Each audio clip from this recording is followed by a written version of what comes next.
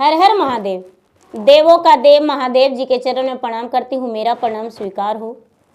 माता गौरी पार्वती के चरण में प्रणाम करती हूँ, मेरा प्रणाम स्वीकार हो।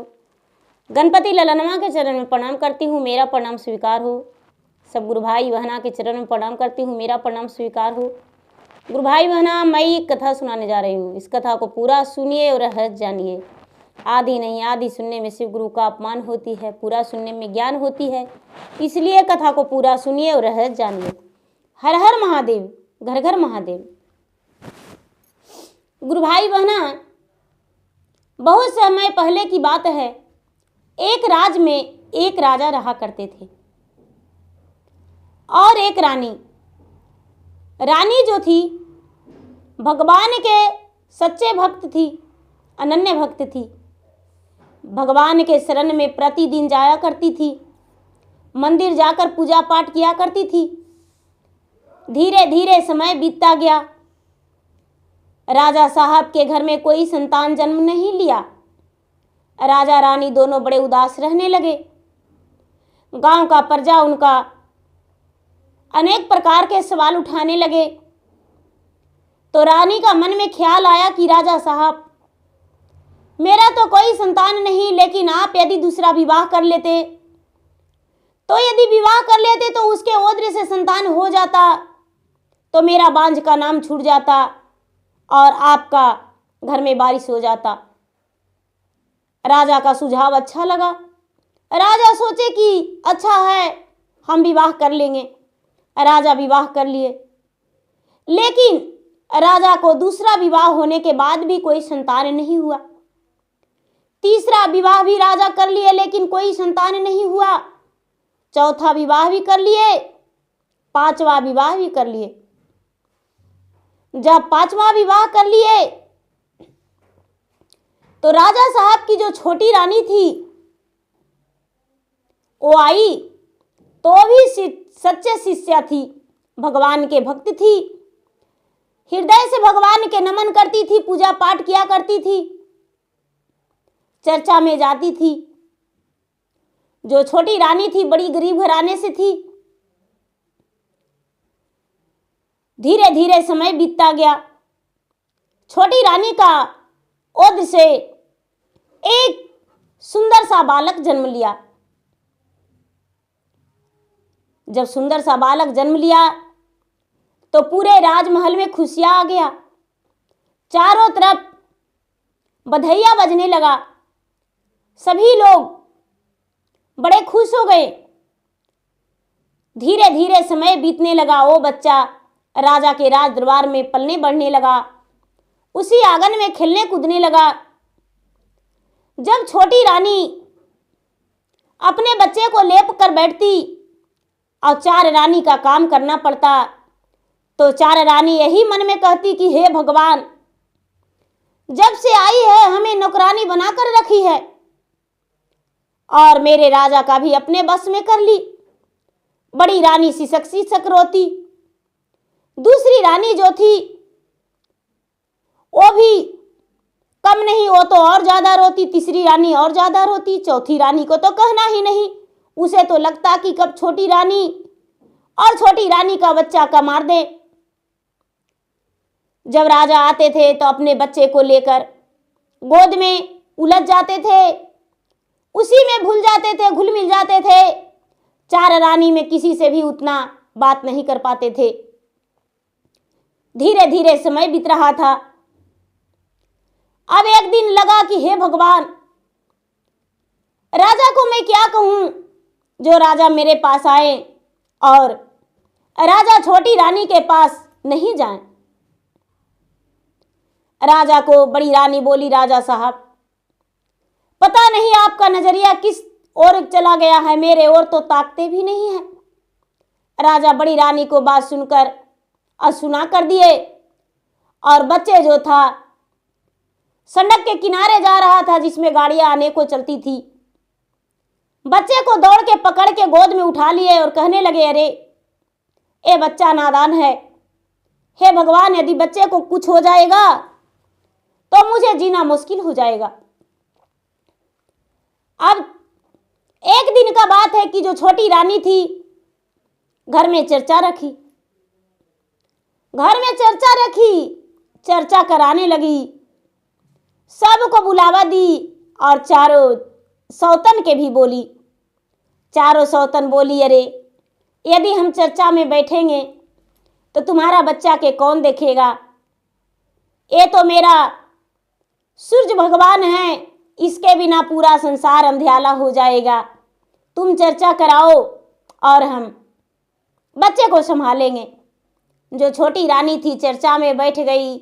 चारों रानी ने बड़े प्रेम से जो भोजन था, भोजन में जहर मिला दी और बच्चे को चम्मच चम्मच लेकर चारों मिलकर गोल गोल बातें करके, मीठी मीठी बातें करके बच्चा को खिला दी। बच्चा जो था, बच्चा जमीन पे गिर गया और उसका मृत्यु हो गया।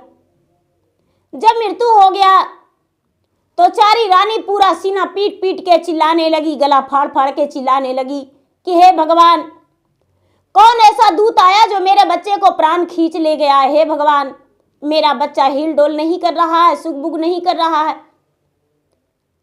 छोटी रानी जो थी, छोटी रानी चर्चा में बैठी थी अपने ही आंगन में। उसे भी कानों में गूंजने लगा कि चारों रानी आखिर किस लिए रो रही है। सारा लोग कहने लगे, रानी साहब, आपके घर में चर्चा कैसे होगा?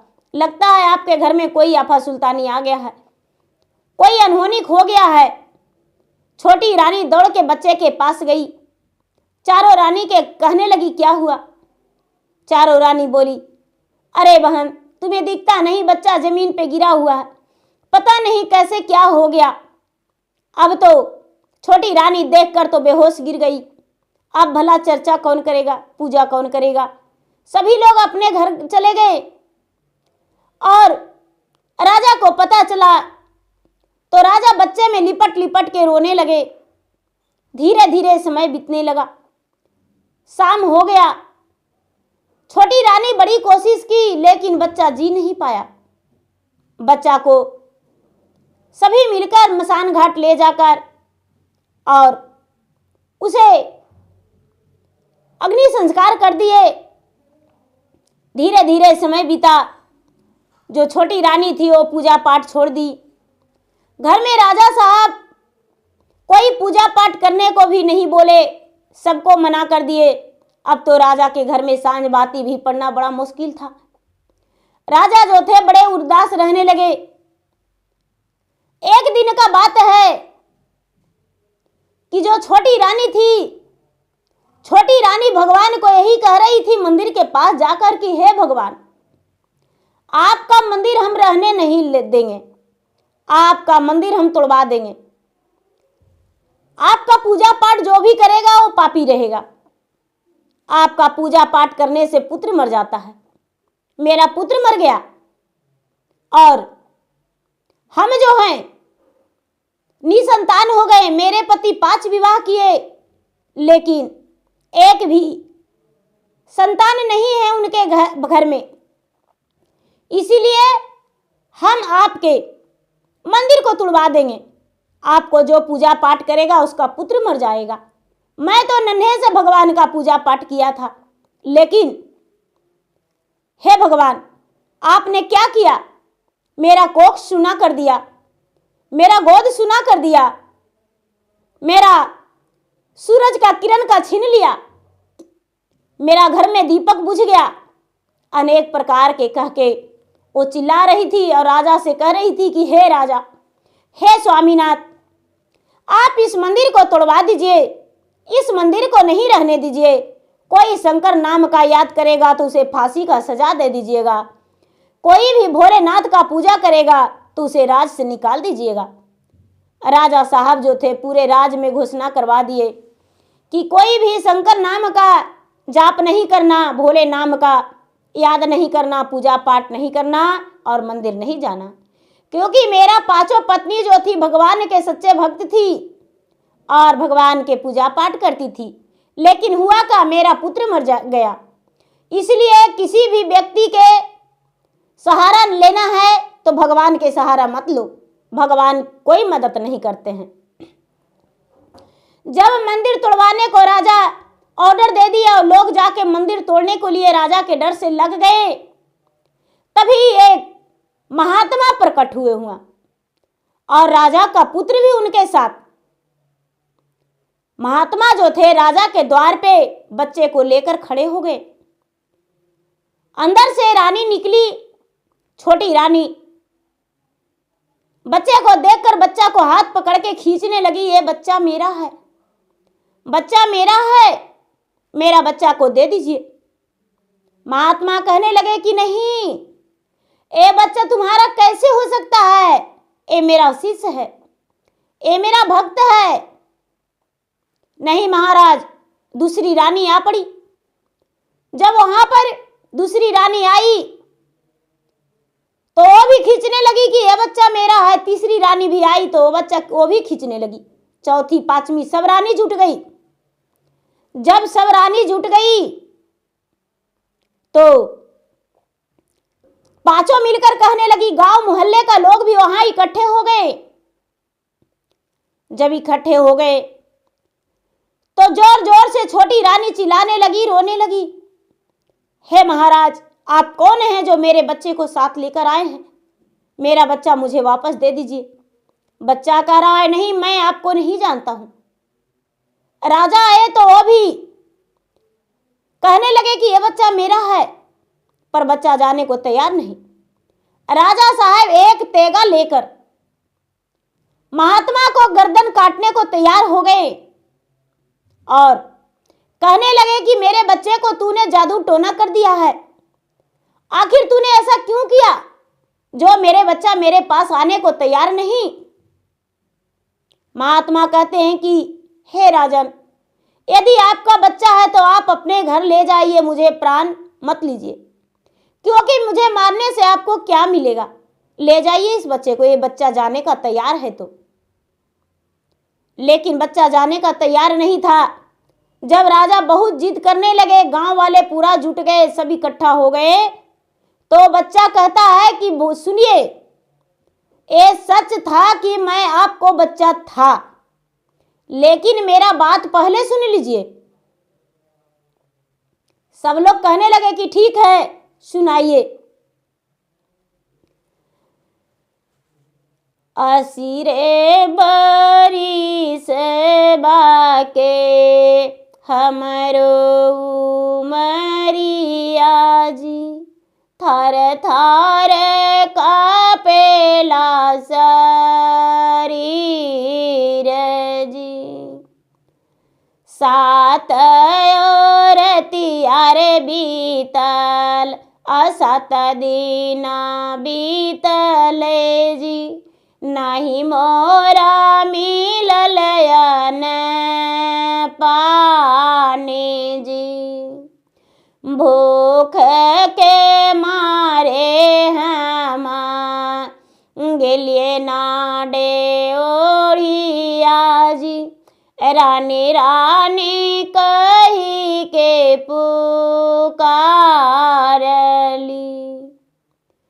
सुख लयन माले रानी बाहर एलन जी, लेहु जोगी भी छवान तो हूँ जी।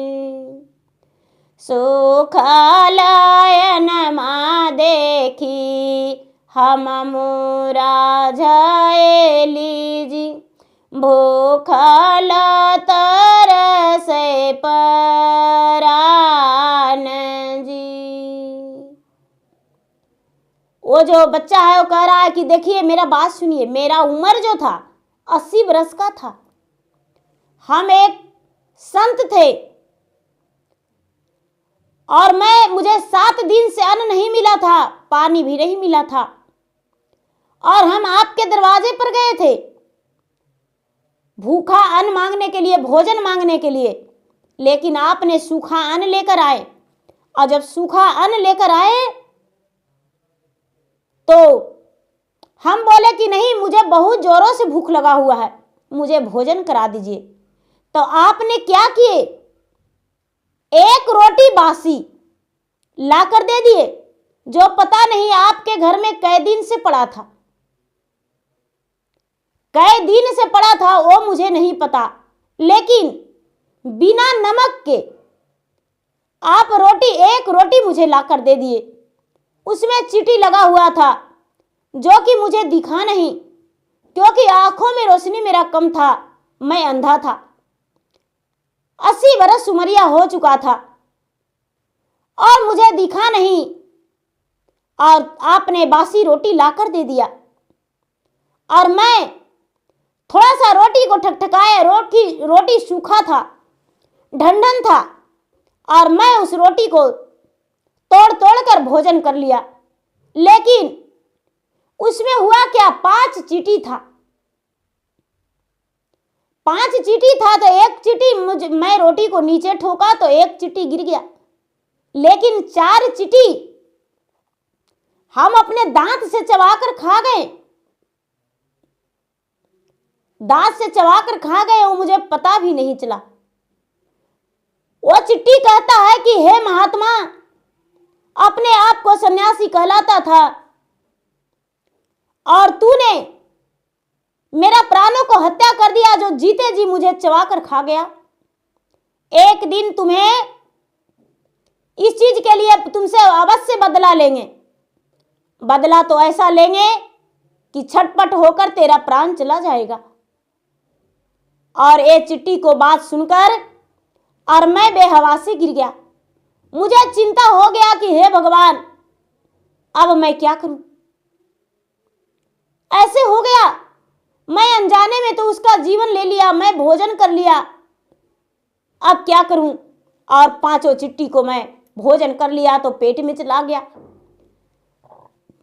टेंशन के मारे मेरा मृत्यु हो गया। और जब चिंता के मारे मेरा मृत्यु हो गया, आपका भी मृत्यु हुआ। समय आने पर धीरे धीरे आप भी जन्म लिए और आप फिर से राजघराने में जन्म लिए। और हम जो है, हम भी आपके औद्र से पुत्र बन के जन्म लिए। और जब पुत्र बन के जन्म लिए तो हुआ क्या कि आपके जो सबत है चारों, आप जब चर्चा करवा रहे थे तो ही सबत मेरा हथियारी बन गई। जो जिस चींटी मैं वो छोटा चींटी था, रोटी में था, लेकिन उस चिट्टी को मैंने भोजन कर लिया और वही चिट्टी मेरा दुश्मन बन गया, जो कि मेरा माँ बन के, सौतेली माँ बन के इस पृथ्वी पर आ गई। और जब पृथ्वी पर आई तो मुझे जहर देकर अपने ही हाथों प्यार से चम्मच से खिला के और मेरा प्राण खींच ली। और जब मेरा प्राण खींच ली तो हम मर गए। तो अब हम आपको पुत्र कैसे रहें? बस एक रोटी का कर्ज अदा करने के लिए आपके औद्र में जन्म लिए, जो कि आपके पुत्र बन के आपके पास 7 साल हम रहे जीवित। और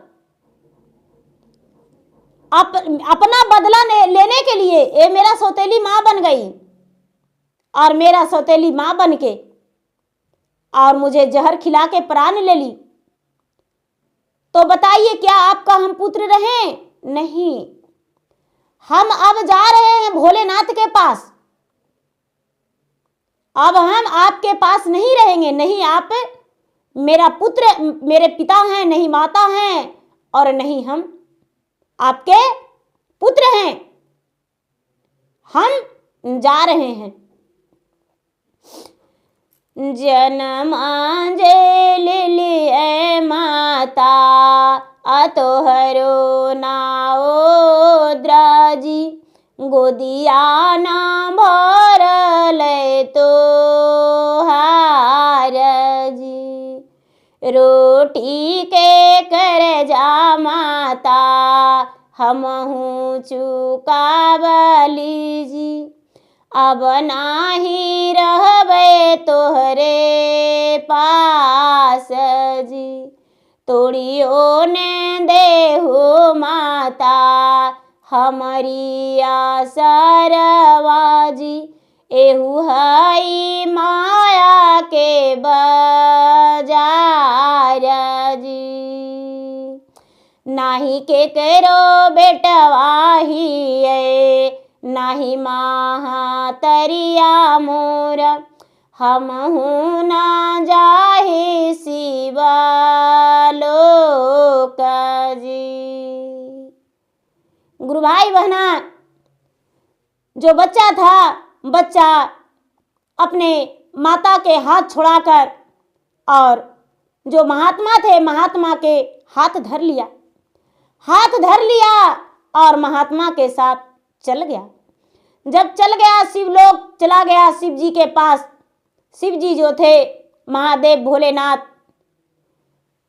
माता पार्वती अपने पत्नी अर्धांगिनी के साथ बैठे हुए थे। बच्चा तो किसी का ओद्र न किसी का ओद्र से फिर से वो गर्भ में धारण हो गया, किसी का ओद्र में। माता पार्वती कहते हैं कि हे महादेव जी, आप बड़े कठोर हैं, आप इतना कठोर हैं जिसमें कहना नहीं। बताइए कि राजा को जब नहीं देना था पुत्र तो नहीं देते, लेकिन ऐसा कहने से उसको संतोष हो जाएगा। देखिए रानी और कितना चिल्ला रही है, कितना रो रही है, पूरा नगर का लोग उसको ताना दे रहा है। आप मां बनने का उसको सौभाग्य दीजिए जिसमें रानी फिर से मां बन सके।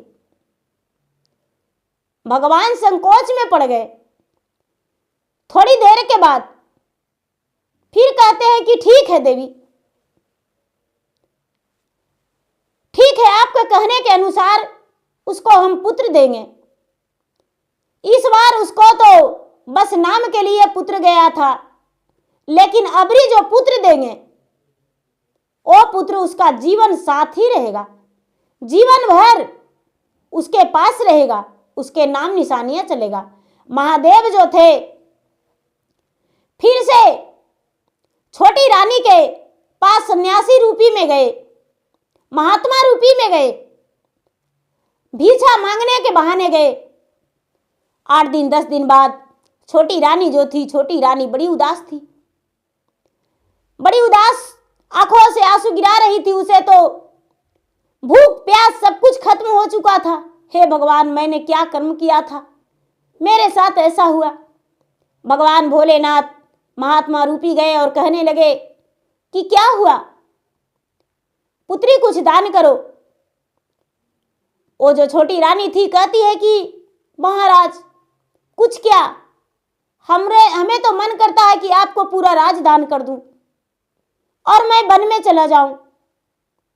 ऐसा सुनकर भगवान भोलेनाथ कहते हैं कि पुत्री ऐसा क्यों बोलती हो, महाराज क्या करूं, मेरा ओद्र से एक पुत्र जन्म लिया था, लेकिन वो रहा नहीं।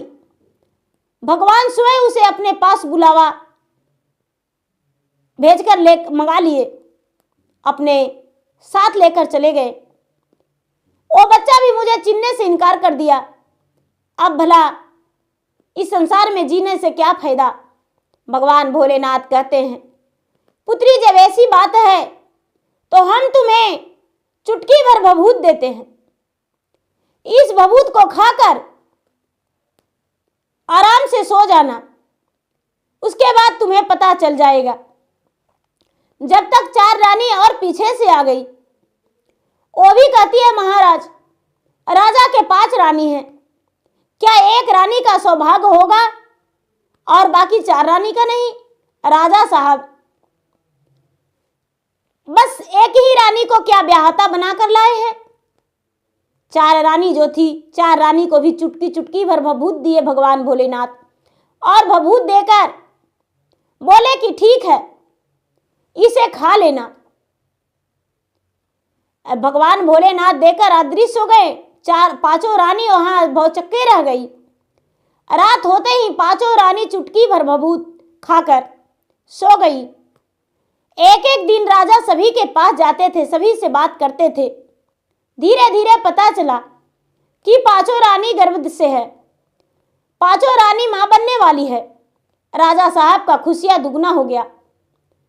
राजा साहब मनी मन कहने लगे, हे भगवान, वो बच्चा तो बोल कर गया था कि इस कारण आपको ऐसा हुआ। अब ये 5 रानी गर्भवती है, क्या 5 बच्चे मेरे उसी तरह हो जाएंगे? राजा सपने में सोए हुए थे। राजा सपने में सोए हुए थे, सपने में देख रहे हैं, भगवान भोलेनाथ कह रहे हैं कि हे राजा, जो तूने गलत किया, तुम्हारा रानी के हाथों गलत हुआ, करने का सजा तुम्हें भुगतना पड़ा और तूने भुगत लिया। लेकिन इस बार जो बच्चा जन्म लेगा, चाहे पुत्र हो या पुत्री, तुम्हारा खानदान का वारिस होगा, तुम्हारे घर का रोशनी होगा, तुम्हारे जिंदगी में सबसे बड़ा खुशियां रहेगा। राजा का आंखें खुला, राजा बड़े प्रसन्न हो गए। जब सुबह हुआ तो अपने रानी से बात बताए। पांचों रानी खुशी के मारे फूली नहीं समा रही थी। धीरे धीरे समय हुआ। 9वां महीना के बाद पांचों रानी के धीरे धीरे जैसे जैसे समय हुआ, किसी को पुत्र और किसी को पुत्री, राजा के घर में बच्चों का किलकारियां गूंजने लगा। खुशियां ही खुशियां हो गया। अब पांचों रानी मां बन गई। गांव वाले भी बांझ का नाम किसी रानी को भी नहीं दिए, सबको बांझन का नाम छूट गया और पांचों रानी राजा की मां बन गई। राजा के एक राजा और 5 रानी, संतान भी राजा के घर में हो गया। तो दीदी, भक्ति ही सबसे बड़ा कर्म है, कर्म ही पूजा है। जैसे आप कर्म करेंगे वैसा फल पाएंगे। देखिए दीदी, राजा का निसंतान लिखा हुआ था, लेकिन रानी का अच्छा कर्म बनाने के कारण भगवान को भी झुकना पड़ गया और राजा के 5 रानी को भी मां बना दिए, क्योंकि जिसे उम्मीद नहीं था, जिसका उम्र 50 वर्ष हो गया था, वो भी मां बन गई। ये भगवान का महिमा अपरंपार है। तो देखिए दीदी, लोग कहते हैं पूजा पाठ करने से क्या होगा, ये सब भ्रम है। नहीं, ऐसी बात नहीं है, भ्रम नहीं।